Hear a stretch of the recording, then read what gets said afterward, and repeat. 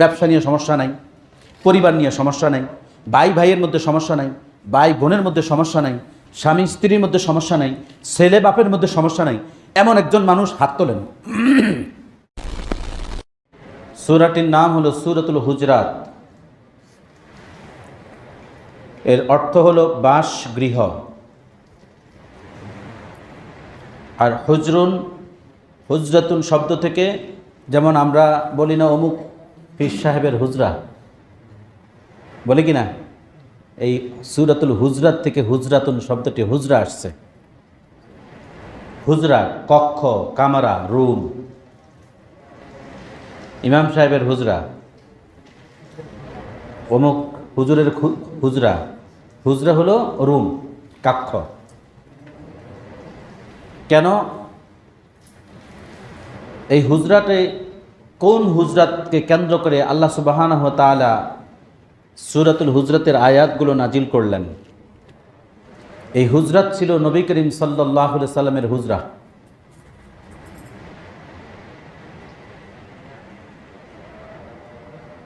হুজরার মধ্যে কে আছে? হুজুর আছে। এই জন্য পাকিস্তানিরা হুজুরে পাক সাল্লাল্লাহু আলাইহি সাল্লাম বলেন। পাকিস্তানিরা কি বলেন?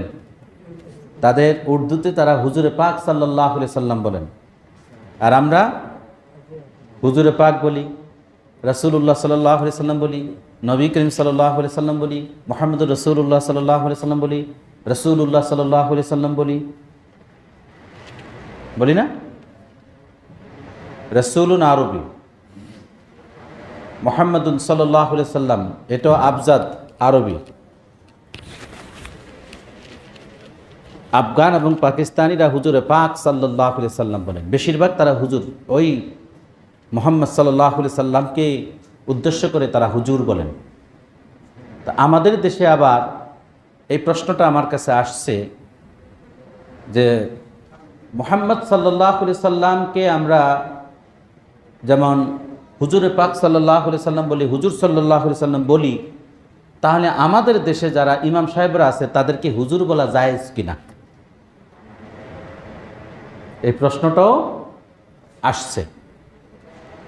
এখন আমি যদি জবাব দিতে হয়, নিজের মন গড়া জবাব দিতে হবে, না রাসূল সাল্লাল্লাহু আলাইহি সাল্লাম থেকে এই ব্যাপারে কোনো উদ্ধৃতি আছে কিনা, সাহাবা ইকরাম থেকে আছে কিনা, তাবেঈন থেকে আছে কিনা, তাদের থেকে বিশ্লেষণ করার পরে না জবাব দিতে পারবো।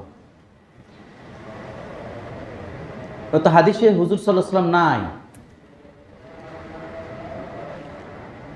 হ্যাঁ, শুধুমাত্র সূরাতুল হুজরাতের মধ্যে হুজরাত নামক সূরা আছে, কিন্তু হুজুর শব্দটি কোরআনেও নেই, হাদিসেও তাবেঈনদের থেকে আসবে কোত্থেকে?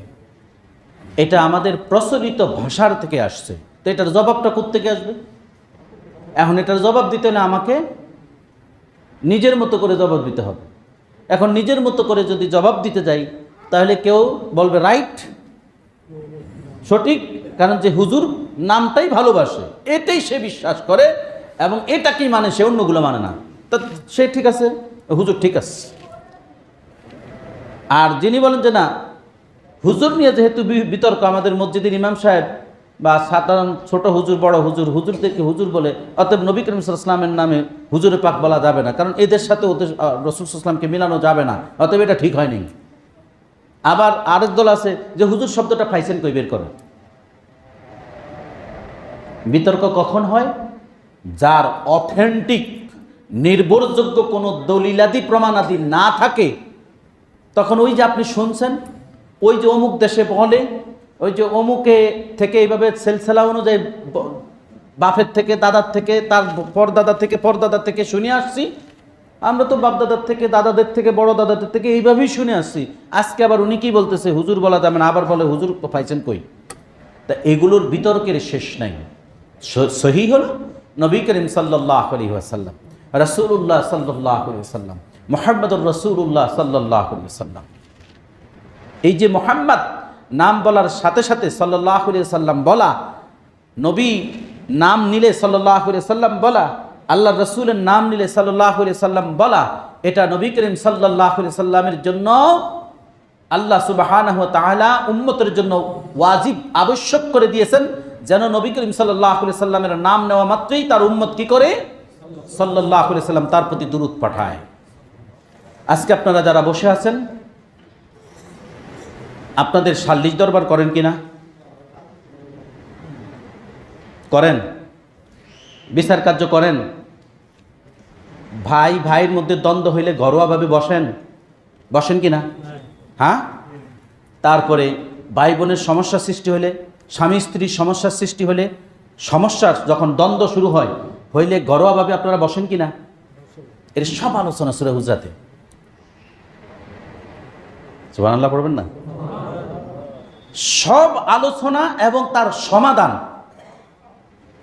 সমস্যার সৃষ্টি হলে কিভাবে সমাধান বের করবেন, সমস্যার সৃষ্টি হলে কিভাবে সমাধান করবেন, এই সূরা হুজরাতের মধ্যে সেই শিক্ষাটা রয়েছে। সমাধান নাই, কোন প্রক্রিয়ায় সমাধানটা করবেন। ফ্যান নষ্ট হয়ে গেছে, আপনি ঠিক করবেন না ইলেকট্রিশিয়ান ঠিক করবে? কে ঠিক করবে? তো সমাধান তো ইলেকট্রিশিয়ানের কাছে, আপনার কাছে না। তাই সমাধানের রাস্তাটা আছে, অর্থাৎ আপনার ব্রেইনে আছে। ফ্যান নষ্ট হয়েছে, কে ঠিক করবে? প্লাম্বার আনলে তো ঠিক করতে পারবে না। সমাধানটা বলা আছে, কোন প্রক্রিয়া সমাধান করবেন তার ফয়সালা আছে। অন্যান্য যেমন না, স্বামী স্ত্রীর সমস্যার সমাধান আছে অন্য জায়গায়। আপনারা যখন বসবেন, কোনো বিষয়ে সিদ্ধান্ত নেবেন, তার আলোচনা কিভাবে করবেন, সেই আলোচনার বিষয়বস্তু আছে সূরা শুরা। এইভাবে আল্লাহ সুবহানাহু ওয়া তাআলা আপনাদেরকে বিভিন্ন আয়াতে, বিভিন্ন সূরায় আপনাদের কাজের সমস্যা অনুযায়ী সমাধানগুলো সবিস্তারে দিয়ে দেওয়া হয়েছে। তাহলে এর থেকে কি পরিষ্কার হলো? আপনারা এই ভূখণ্ড পৃথিবী নামক যে গ্রহের মধ্যে আছেন, এই পৃথিবী গ্রহের থেকে কি মঙ্গল গ্রহে আপনার পক্ষে যাওয়া সম্ভব হচ্ছে? বুধ গ্রহে, বৃহস্পতি, শুক্র, ইউরেনাস, নেপচুন, একটার মধ্যে আপনাদের যাওয়া সম্ভব হয় না। ঘুরে ফিরে আপনি এই পৃথিবী গ্রহের মধ্যেই ঘুরছেন। আমার এই কথা বলার কারণ কি? এবার কথা বলার কারণ হলো, আমার দাদা, তার বাবা, তার বাবা, তার বাবা, প্রক্রিয়া অনুযায়ী আমাদের মজ্জাগত যে নৈতিক স্বভাবগুলো আমাদের ঘুরে ফিরে আমাদের মধ্যে ঘুরছে। কিভাবে? কোরআনুল কারীমে যে সমাধানগুলো দেওয়া হয়েছে, যে সমস্যাগুলোর সৃষ্টি হয়ে আর সমাধান হয়, তাহলে সাহাবায়ে কেরামের মধ্যে এই সমস্যাগুলো হতো। সাহাবায়ে কেরামের মধ্যে এই সমস্যাগুলো হতো, যার কারণে আল্লাহ সুবহানাহু ওয়া তাআলা সাহাবায়ে কেরামকে কেন্দ্র করে যখন আয়াত নাজিল করলেন, সেই সমস্যাগুলো আজও আমাদের মধ্যে আছে না নাই? তাই সূরাতুল হুজরাতের অনুবাদ সহ, ব্যাখ্যা সহ আপনারা পড়বেন। সূরাতুল হুজরাতের অনুবাদ এবং ব্যাখ্যা পড়বেন দয়া করে। আপনি অনুবাদ পড়েন, বাংলা অনুবাদ পড়েন, অনুবাদই পড়বেন। ব্যাখ্যা আপনার ঘরে আছে, ব্যাখ্যাটা পড়বেন। সমস্যা নাই একজন মানুষ হাত তোলেন যে আপনার জীবনে সমস্যা নাই, ব্যবসা নিয়ে সমস্যা নাই, পরিবার নিয়ে সমস্যা নাই, ভাই ভাইয়ের মধ্যে সমস্যা নাই, ভাই বোনের মধ্যে সমস্যা নাই, স্বামী স্ত্রীর মধ্যে সমস্যা নাই, ছেলে বাপের মধ্যে সমস্যা নাই, এমন একজন মানুষ হাত তোলেন। তাহলে বোঝা যায় যে প্রতিটা মানুষই সমস্যায় জর্জরিত। তার সমাধান আছে কোথায়? আমি বলছি। তাহলে আপনি এটার সমাধান বের করতে হলে অবশ্যই আপনাকে কোরআনের কাছে যেতে হবে। আমি তো মাত্র আপনাকে একটা আয়াত বলবো বা দুটো আয়াত বলবো, কিন্তু পুরা হুজরাত তো আমি এখানে বলতে পারবো না। পারবো? সময় হবে? তাহলে কি করতে হবে আপনাকে? কি করতে হবে? কোরআনের অনুবাদ আজকে গিয়ে পুরা সূরা হুজরাতের আয়াতগুলো দেখবেন। সূরাতুল হুজরাত, মনে রাখবেন, সূরাতুল হুজরাত, এই আয়াতের অনুবাদ দেখবেন। আপনার কাছে ব্যাখ্যা থাকলে ব্যাখ্যা দেখে নেবেন, এবং এর মধ্য থেকে বিভিন্ন আয়াত থেকে আমাদের সমস্যাগুলো কি হতে পারে, তার সমাধানের রাস্তা কি, ওই রাস্তাগুলো বলে দেওয়া আছে। যেমন সূরাতুল হুজরাত 1 থেকে 2 এবং 3 নম্বর আয়াত নাজিলের ঘটনাবলী হলো, নবী করিম সাল্লাল্লাহু আলাইহি সাল্লামের সামনে মদিনার অদূর থেকে